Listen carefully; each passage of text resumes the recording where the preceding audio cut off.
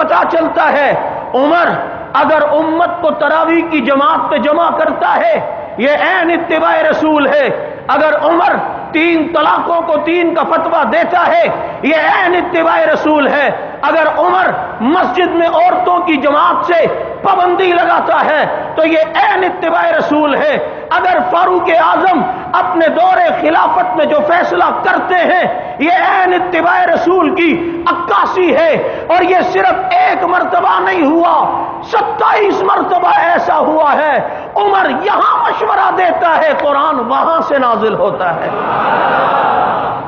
قرآن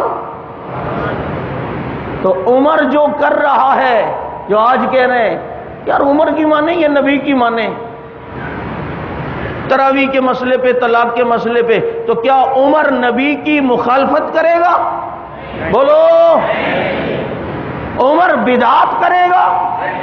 بدعت ہوتی ہے اس وقت جب شیطان قریب ہو، شیطان کا عمل دخل ہو، کسی پہ شیطان کا تسلط ہو تو شیطان اس کے دل میں خواہشات نفس کو پیدا کرتا ہے، خواہشات نفس کی وجہ سے انسان نبی کی مخالفت کرتا ہے، بدعات کرتا ہے، پھر جناب رسم و رواج میں پڑتا ہے، اپنے طریقے رائج کرتا ہے، یہ شیطان کے عمل دخل سے ہوتا ہے، اور جس کے قریب شیطان آتا ہی نہ ہو بدعت کر کیسے سکتا ہے؟ نہیں سمجھ آئی؟ جس کے قریب شیطان آتا نہ ہو اور اس کے نام کا دبدبا ہو کہ آج بھی نمائش پر عمر کا نام لکھ دے شین نہیں آئے گا، آئے گا؟ یہ تو نام میں اثر ہے، تو عمر میں کتنا روب ہوگا؟ نہیں سمجھ آئی؟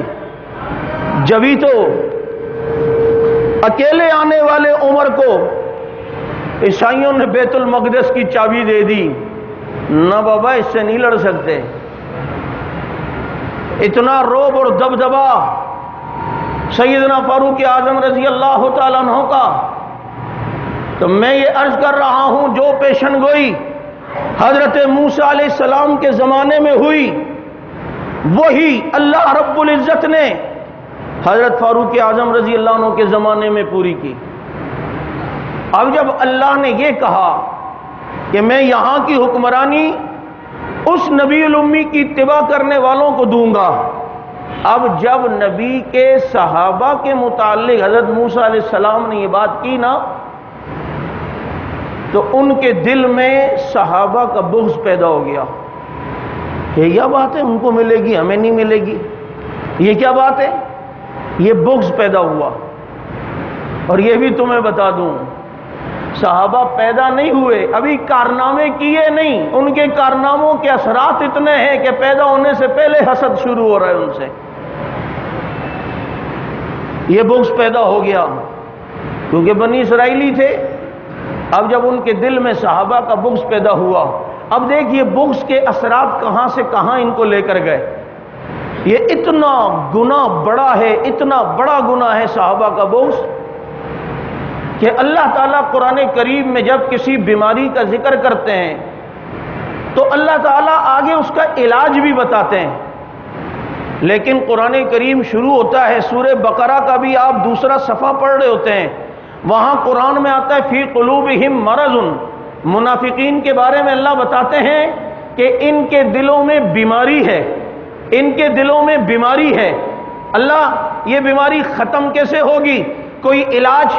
اللہ کہتے ہیں علاج نہیں، فی قلوبہم مرض فزادہم اللہ مرضا، اللہ ان کی بیماری کو بڑھائے گا، منافقین کی بیماری کو زیادہ کرے گا۔ اچھا وہ بیماری کیا ہے؟ وہ بیماری آگے ذکر ہوئی، وَإِذَا قِيلَ لَهُمْ آمِنُوا كَمَا آمَنَ النَّاسُ قَالُوا وَنُؤْمِنُ كَمَا آمَنَ السُّفَهَاءُ، ان سے کہا جائے ایسے ایمان لاؤ جیسے صحابہ، تو کہتے ہیں ہم بیوقوفوں کی طرح ایمان لائیں۔ اللہ کہتے ہیں ان کے دل میں صحابہ کا بغض ہے، جب بغض صحابہ کا ہو تو صحابہ کو عزتیں ملیں گی، ان کی تو بیماری بڑھے گی۔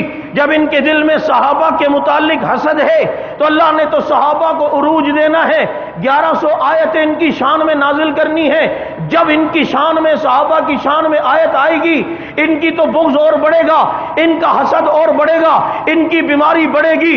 صدیق کو خلافت ملے گی، بیماری منافق کی بڑھے گی۔ عمر کو عدالت ملے گی، بیماری منافق کی بڑھے گی۔ عثمان کو نبی اپنی 2 بیٹیاں دے گا، منافق کی بیماری اور بڑھے گی۔ علی کو نبی اپنی بیٹی دے گا، منافق کی بیماری اور بڑھے گی۔ عمر 22 لاکھ مربع میل پہ چھائے گا، منافق کی بیماری بڑھے گی۔ عثمان 44 لاکھ مربع میل پہ چھائے گا، منافق کی بیماری بڑھے گی۔ معاویہ 65 لاکھ مربع میل پہ چھائے گا، منافق کی بیماری بڑھے گی۔ محبوبہ تیرے صحابہ کو عروج دوں گا، منافق کی بیماری بڑھے گی۔ یہ اتنی خطرناک بیماری ہے۔ اس لیے یہ بغض جب دل میں آتا ہے، خصوصاً ان مقدس شخصیات کا کہ جن کو اللہ نے پیغمبر کے لیے چنا ہے، اپنے محبوب نبی کو جب ہر چیز نبی کو اللہ نے چن کے دی، شہر مکہ دیا چن کے، مدینہ دیا چن کے، میرے پیغمبر کو نبوت دی چن کے، ختم نبوت کا تاج دیا چن کے، تورات زبور انجیل قرآن میں سے قرآن دیا چن کے، معراج سب کو ہی نیچے، معراج عرش پہ جس کو ہوئی چن کے دی، وہ میرے نبی کو جب ساری چیزیں نبی کو چن کے دی ہیں، منتخب کر کے دی ہیں، نام نبی کا چنا گیا، کام نبی کا چنا گیا، شہر نبی کے لیے چنا گیا، والد دادا نبی کے لیے چنا گیا، قبیلہ نبی کے لیے چنا گیا، پھر مان لے بیویاں بھی نبی کو چن کے دی، اصحاب بھی نبی کو چن کے دیے، بنات بھی نبی کو چن کے دی ہیں۔